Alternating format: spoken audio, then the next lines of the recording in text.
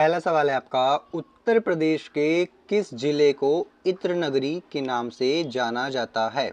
तो साथियों, आप सभी अपना राइट आंसर कमेंट करके बताइएगा कि इत्र नगरी के नाम से उत्तर प्रदेश के कौन से जिले को जाना जाता है।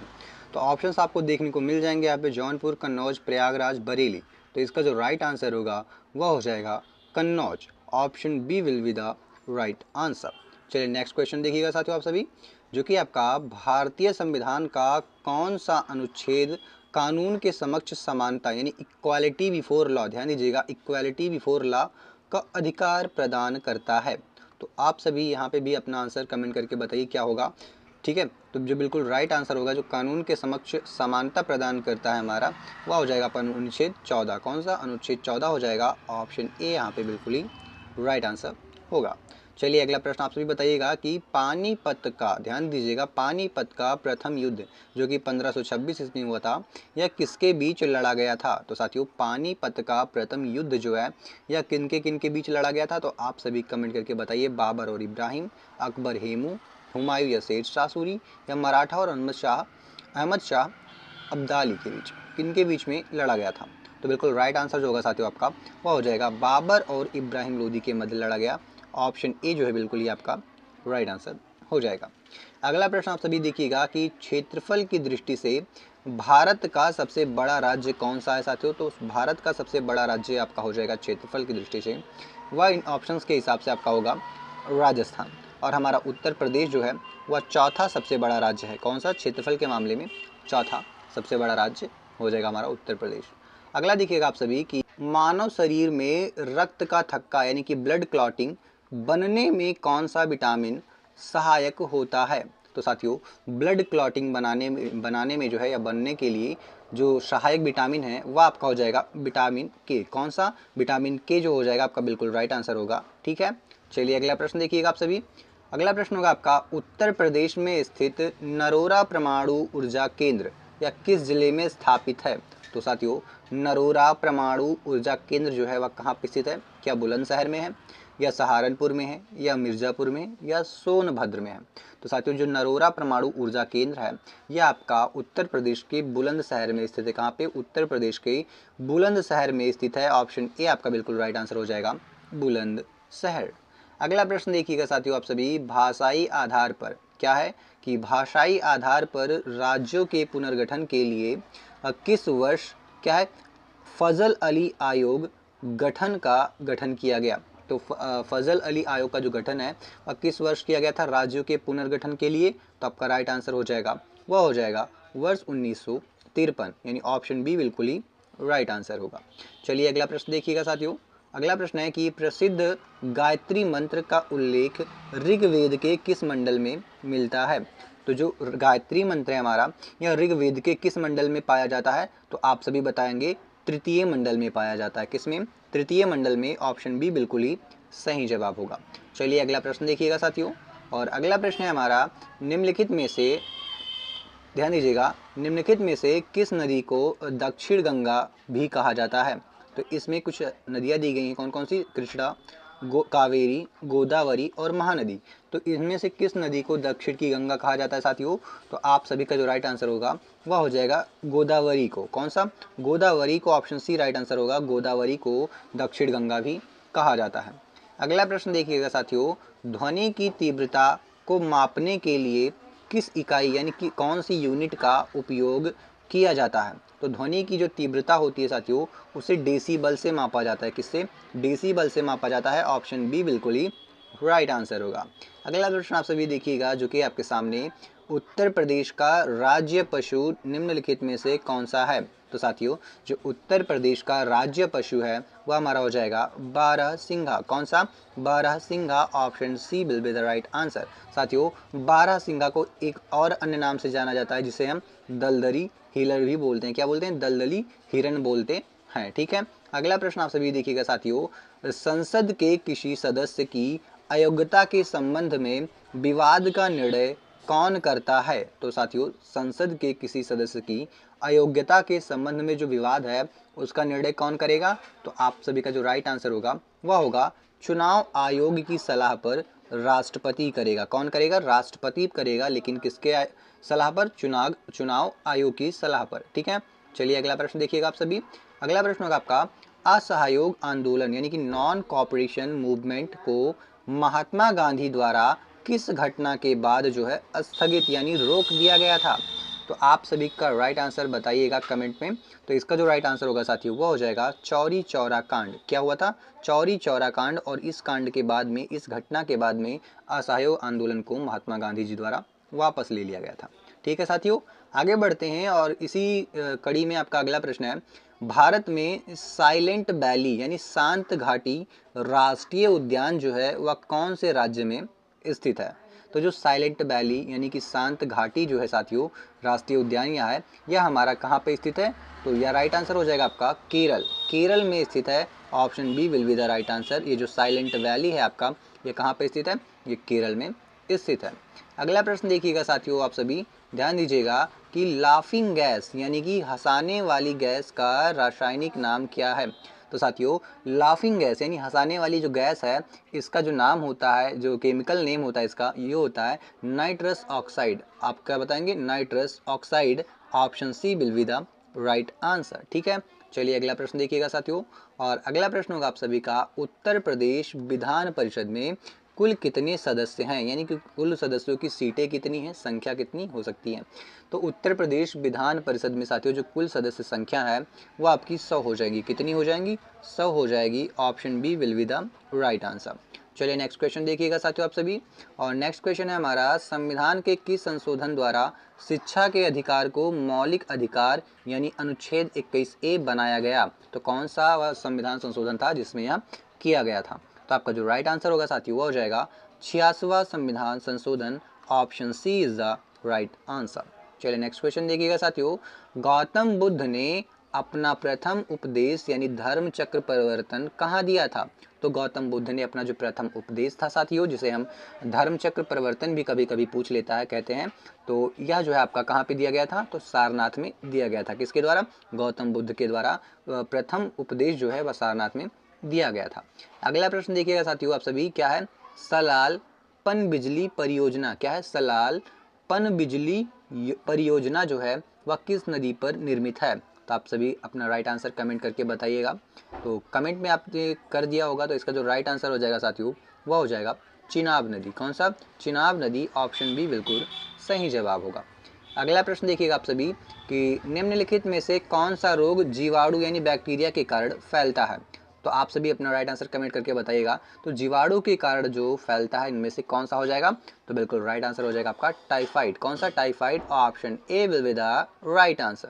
चलिए नेक्स्ट क्वेश्चन देखते हैं साथियों। तो उत्तर प्रदेश के किस शहर में चैती मेला और कुंभ मेला जैसी प्रमुख सांस्कृतिक प्रस्तुतियां आयोजित होती हैं, जिसमें माघ मेला प्रतिवर्ष कहाँ लगता है? तो आप सभी कमेंट करके बताइएगा। या थोड़ा क्वेश्चन जो है थोड़ा घुमाने की कोशिश की गई है, लेकिन आप लोग इसमें टू द पॉइंट रहिएगा। देखिएगा यहाँ पे जैसे कि पूछ रहा है उत्तर प्रदेश के किस शहर में चैती मेला और कुंभ मेला जैसी प्रमुख सांस्कृतिक, क्या है? सांस्कृतिक प्रस्तुतियाँ आयोजित होती हैं, जिसमें माघ मेला प्रतिवर्ष कहाँ लगता है? तो यहाँ पे बेसिकली जो माघ मेला प्रतिवर्ष लगता है कहाँ पे फेमस है? तो आप सभी ये बताइएगा। ठीक है, तो वाराणसी होगा आपका, मथुरा होगा, अयोध्या होगा या प्रयागराज होगा? तो आप सभी अपना राइट आंसर कमेंट करके बताइएगा। तो यहाँ पे जो राइट आंसर होगा साथियों वह आपका हो जाएगा कौन सा? प्रयागराज होगा। ऑप्शन डी बिल्कुल राइट आंसर हो जाएगा। ठीक है, बिल्कुल भी कंफ्यूज नहीं होना है। क्वेश्चन पढ़ते समय हो सकता है आप थोड़ा सा कंफ्यूज होना है, लेकिन 2-3 बार पढ़िएगा, समझिएगा, सोचिएगा, फिर आंसर कीजिएगा। ठीक है, ऐसे प्रश्नों को जो थोड़ा घुमा देते हैं। ठीक है, अगला है आपका, लोकसभा का चुनाव लड़ने के लिए उम्मीदवार की न्यूनतम आयु कितनी होनी चाहिए? तो साथियों लोकसभा का जो चुनाव है उसे लड़ने के लिए किसी उम्मीदवार की जो न्यूनतम आयु है वह 25 वर्ष होनी चाहिए। कितनी? 25 वर्ष होनी चाहिए। ऑप्शन सी बिल्कुल राइट आंसर हो जाएगा 25 ईयर। ठीक है, चलिए नेक्स्ट क्वेश्चन देखिएगा आप सभी, जो कि हमारा सत्यमेव जयते शब्द जो है यह किस उपनिषद से लिया गया है? तो साथियों जो सत्यमेव जयते शब्द है यह हमारा कहाँ से लिया गया है? तो आप सभी कमेंट करके बताइएगा बिल्कुल राइट आंसर। तो आपका जो राइट आंसर हो जाएगा साथियों वो हो जाएगा मुंडको उपनिषद से। कहाँ से? मुंडको उपनिषद से लिया गया है। ठीक है, चलिए आगे बढ़ते हैं और इसी कड़ी में अगला प्रश्न है आपका, भारत का एकमात्र सक्रिय ज्वालामुखी जो कि बैरन द्वीप जो है यह कहाँ पे स्थित है साथियों? तो बैरन द्वीप ज्वालामुखी बेसिकली पूछा गया है, यह कहाँ पे स्थित है? तो आपका जो राइट आंसर हो जाएगा वह हो जाएगा ऑप्शन बी, अंडमान और निकोबार द्वीप समूह पे स्थित है। यह द्वीप जो है कौन? बैरन द्वीप, जो कि एकमात्र सक्रिय ज्वालामुखी है भारत का, यानी ऑप्शन बी बिल्कुल ही राइट आंसर होगा। अगला प्रश्न आप सभी देखिएगा साथियों कि गाड़ियों के पीछे का दृश्य देखने के लिए यानी कि रियर व्यू मिरर किस प्रकार के दर्पण का उपयोग किया जाता है? तो गाड़ियों के पीछे का दृश्य देखने के लिए किस प्रकार के दर्पण का यूज किया जाता है? तो आप सभी कमेंट करके बताइएगा, ठीक है। तो इसका जो राइट आंसर हो जाएगा वह हो जाएगा उत्तल दर्पण का यूज किया जाता है। किसका? उत्तल दर्पण का यूज किया जाता है। Option C will be the right answer.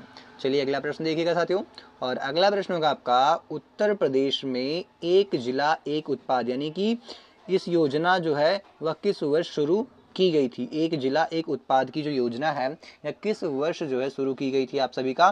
तो राइट आंसर हो जाएगा साथियों यह 2018 में शुरू किया गया था। कब? 2018 में। Option B will be the right answer, ठीक है। चलिए नेक्स्ट क्वेश्चन देखिएगा साथियों। नेक्स्ट क्वेश्चन है राज्य के नीति निदेशक सिद्धांतों यानी कि डीपीआई, ठीक है, राज्य के नीति निदेशक सिद्धांतों को भारतीय संविधान में किस देश के संविधान से लिया गया है? ठीक है, तो आपका जो राइट आंसर होगा साथियों वो सभी कमेंट करके बताइएगा। तो बिल्कुल राइट आंसर हो जाएगा जैसा कि आप सभी का सोवियत संघ, ठीक है। अब आप सभी लोग रूस को ढूंढ रहे होंगे साथियों, किसको? रूस को ढूंढ रहे हो। तो सोवियत संघ है, इसका वर्तमान में नाम रूस है, पहले इसका नाम क्या था? सोवियत संघ था, ठीक है। तो आप लोग कंफ्यूज नहीं होइएगा कि ऑप्शंस में तो दिया ही नहीं, एकदम से हड़बड़ा जाते हैं, तो हड़बड़ाइएगा नहीं, ध्यान से सोचिए कि कौन सा ऑप्शन हो सकता है कोई अल्टरनेटिव नाम दिया गया हो, ठीक है। अगला प्रश्न देखिएगा आप सभी, जो कि है आपका भारतीय राष्ट्रीय कांग्रेस। ध्यान दीजिएगा, भारतीय राष्ट्रीय कांग्रेस की स्थापना दिसंबर 1985 में कहाँ की गई थी? तो ठीक है, तो दिसंबर 1985 में हुआ था, कहाँ पे हुआ था? आप सभी कमेंट करके बताइएगा राइट आंसर। तो बिल्कुल राइट आंसर होगा आपका ऑप्शन बी, बंबई में किया गया था भारतीय राष्ट्रीय कांग्रेस की स्थापना। कब की गई थी? 1985 में, 1885 में किया गया था, दिसंबर के महीने में। अगला प्रश्न देखिएगा आप सभी, क्या है? सरिस्का राष्ट्रीय उद्यान और रणथंभौर राष्ट्रीय उद्यान निम्नलिखित में से किस जीव के लिए संरक्षित है? ठीक है, किस जीव के लिए संरक्षित है, यहाँ पे यह प्रश्न पूछा गया है। तो आप सभी बताइएगा, क्या यह सिंह से है, बाघ के लिए, हाथी के लिए, या एक सींग वाला गैंडे के लिए? तो आप सभी अपना राइट आंसर कमेंट करके बताइएगा। तो इस प्रश्न का क्या होगा राइट आंसर साथियों? तो आप सभी ने अपना जवाब सोच लिया होगा। इसका जो बिल्कुल राइट आंसर होगा वह हो जाएगा बाघ। Option B will be the right answer. कौन सा? Option B will be the right answer, बाघ। बाघ हमारे देश का जो है राष्ट्रीय पशु है। और क्या है, यहाँ पे फिर से एक बार मैं आपको बता दे रहा हूँ कि क्या है, सरिस्का राष्ट्रीय उद्यान और रणथंभौर राष्ट्रीय उद्यान, ये दोनों जो है वह किस जीव के लिए संरक्षित है? तो बाघ के लिए संरक्षित है, ठीक है। अगला प्रश्न देखिएगा आप सभी, और अगला प्रश्न है आपका, लोहे पर जंग लगना यानी कि रस्टिंग ऑफ आयरन किस प्रकार की अभिक्रिया का उदाहरण है? तो क्या भौतिक प्रक्रिया है, या परिवर्तन है, या रासायनिक परिवर्तन है, या जैविक परिवर्तन है, या नाभिकीय परिवर्तन है? तो इसका जो राइट आंसर होगा, यहाँ कभी कभी आपको रासायनिक परिवर्तन ना देके केवल ऑक्सीकरण भी दे सकता है, ठीक है। तो यहाँ पे आपका ऑप्शन बी बिल्कुल ही राइट आंसर होगा। आप दोनों में से कोई भी आपको दिखे आप टिक लगाएगा, चाहे आपको रासायनिक परिवर्तन दिखे या ऑक्सीकरण दिखे, ठीक है। चलिए अगला प्रश्न देखिएगा साथियों आप सभी, और अगला प्रश्न होगा आपका, उत्तर प्रदेश का सबसे बड़ा वन्य जीव विहार कौन सा है? तो उत्तर प्रदेश की हमारी बात की गई है कि सबसे बड़ा वन्य जीव विहार कौन सा है साथियों? तो बिल्कुल राइट आपका हो जाएगा हस्तिनापुर वन्य जीव विहार। कौन सा? हस्तिनापुर वन्य जीव विहार। ऑप्शन बी बिल्कुल ही राइट आंसर होगा साथियों। चलिए नेक्स्ट क्वेश्चन देखिएगा साथियों आप सभी का, जो कि है भारतीय संविधान की किस अनुसूची में दल बदल विरोधी कानून यानी एंटी डिफेक्शन लॉ का प्रावधान है? तो आप सभी का जो राइट आंसर है वह कमेंट करके बताइएगा। तो बेहद आसान क्वेश्चन है, लेकिन हाँ बहुत बार एग्जाम में पूछा गया है और बच्चे इसमें गलत कर देते हैं, ठीक है, गलती कर ही देते हैं। तो इसका जो राइट आंसर होगा 8वीं अनुसूची, 9वीं अनुसूची, 10वीं अनुसूची, 11वीं अनुसूची। इसका जो राइट आंसर होगा साथियों वह हो जाएगा आपका ऑप्शन कौन सा हो जाएगा? सी हो जाएगा 10वीं अनुसूची में, ठीक है। ऑप्शन सी 10वीं अनुसूची में जो है दल बदल विरोधी जो है कानून का प्रावधान दिया गया है, ठीक है। चलिए अगला प्रश्न देखिएगा, जो कि है हमारा, ध्यान दीजिएगा, विजयनगर साम्राज्य की स्थापना किन दो भाइयों ने की थी? तो किन दो भाइयों ने की थी, आप सभी कमेंट करके बताइएगा कि विजयनगर साम्राज्य की जो स्थापना है वह किन दो भाइयों ने की था साथियों। तो आपका जो बिल्कुल राइट आंसर हो जाएगा वह हो जाएगा हरिहर और बुक्का। कौन? हरिहर और बुक्का बहुत ही फेमस पर्सनालिटीज हैं साथियों विजयनगर साम्राज्य के लिए, ठीक है, क्योंकि इन्हीं दो भाइयों ने जो है इस साम्राज्य की स्थापना किया था। अगला प्रश्न होगा आपका, सार्क का मुख्यालय कहाँ स्थित है? ध्यान दीजिएगा, सार्क का मुख्यालय कहाँ स्थित है साथियों? तो सार्क का जो मुख्यालय है यह आपका कहाँ पे है? यह काठमांडू नेपाल में है। कहाँ पे? काठमांडू नेपाल में है। ऑप्शन सी बिल्कुल सही जवाब होगा। अगला प्रश्न होगा आपका, पेंसिलिन की खोज किसने की थी साथियों? क्या है आपका? पेंसिलिन की खोज किस वैज्ञानिक ने की थी? तो आप सभी कमेंट करके बताइएगा। जो पेंसिलिन है साथियों इसका खोज अलेक्जेंडर फ्लेमिंग ने किया था। किसने? अलेक्जेंडर फ्लेमिंग के द्वारा जो है पेंसिलिन की खोज की गई थी। अगला है आपका, उत्तर प्रदेश के किस जिले में यूरेनियम के सीमित भंडार पाए जाते हैं? तो आप सभी अपना राइट आंसर कमेंट करके बताइए।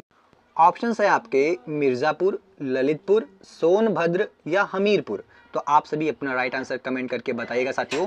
तो इसका जो राइट आंसर हो जाएगा वो आपका हो जाएगा ललितपुर। कौन सा? ललितपुर। ऑप्शन बी बिल्कुल ही सही जवाब होगा साथियों। अगला प्रश्न है साथियों, किसे भारतीय पुनर्जागरण का जनक कहा जाता है? तो आप सभी कमेंट करके बताइएगा आपका राइट आंसर। तो भारतीय पुनर्जागरण का जनक जो है साथियों किसे कहा जाता है? तो स्वामी विवेकानंद जी को, राजा राम मोहन राय जी को, स्वामी दयानंद सरस्वती जी को या ईश्वर चंद्र विद्यासागर जी को। आप सभी अपना राइट आंसर कमेंट करके बताइएगा क्या होगा। तो इस सवाल का जो बिल्कुल राइट आंसर होगा साथियों वह हो जाएगा राजा राम मोहन राय। क्या? राजा राम मोहन राय। ऑप्शन बी बिल्कुल सही जवाब होगा। ठीक है, चलिए बढ़ते हैं आपके अगले और आखिरी प्रश्न पे साथियों, जो कि है हमारा, इसमें प्रश्न आपको सही से दिख नहीं रहा होगा बट कोई नहीं, मैं आपको पढ़ के प्रश्न बता दे रहा हूँ और ऑप्शंस भी बता दे रहा हूँ। सौर मंडल का सबसे चमकीला और गर्म ग्रह कौन सा है? तो यहाँ पे प्रश्न है कि सौर मंडल का सबसे चमकीला और गर्म ग्रह कौन सा है? तो ऑप्शंस में आपको ये बुध तो दिखाई दे रहा होगा, मंगल भी दिखाई दे रहा होगा, ठीक है, बट आपको शुक्र और बृहस्पति नहीं दिख रहे होंगे। तो इसका जो राइट आंसर होगा साथियों वो हो जाएगा शुक्र। क्या हो जाएगा? शुक्र आपका बिल्कुल सही जवाब हो जाएगा। शुक्र जो है वह सौर मंडल का सबसे चमकीला और गर्म ग्रह है। तो साथियों यह था हमारा एक प्रैक्टिस सेट जो कि यूपी पुलिस कांस्टेबल और एएसआई पे बेस्ड था। इसमें हमने टोटल 38 क्वेश्चंस लाए हैं जो कि हर एक पर्सपेक्टिव से यानी हर एक टॉपिक से कहीं ना कहीं से प्रश्न लिए गए हैं जो भी सिलेबस में आते हैं। तो आप सभी बताइए कि आपने 38 क्वेश्चंस में से कितने क्वेश्चंस जो है सही किए हैं। मिलते हैं नेक्स्ट वीडियो में, तब तक के लिए जय हिंद दोस्तों। हाँ, यदि आपको टॉपिक वाइज जो है क्वेश्चन आंसर चाहिए तो ठीक है, मतलब इंपॉर्टेंट एमसीक्यू जो चाहिए टॉपिक वाइज, जैसे हो गया मानवाधिकार या और भी जो बहुत से महिला सशक्तिकरण, फिर क्या है आतंकवाद, ये सब जो इंटरनल सिक्योरिटीज से रिलेटेड जो क्वेश्चंस है जहाँ से प्रश्न आते ही आते हैं एक दो करके, उनसे रिलेटेड टॉपिक चाहिए तो मैं जल्दी उसको लाने वाला हूँ अपने चैनल पे प्लेलिस्ट वाइज, मतलब हर topic wise one by one पूरी प्लेलिस्ट बनाऊंगा उसकी। तो इसलिए आप चैनल को सब्सक्राइब करके रखिएगा ताकि आपसे जो है वो इंपॉर्टेंट चीज़ें ना छूट पाएँ। तो मिलते हैं नेक्स्ट वीडियो में, तब तक के लिए जय हिंद दोस्तों।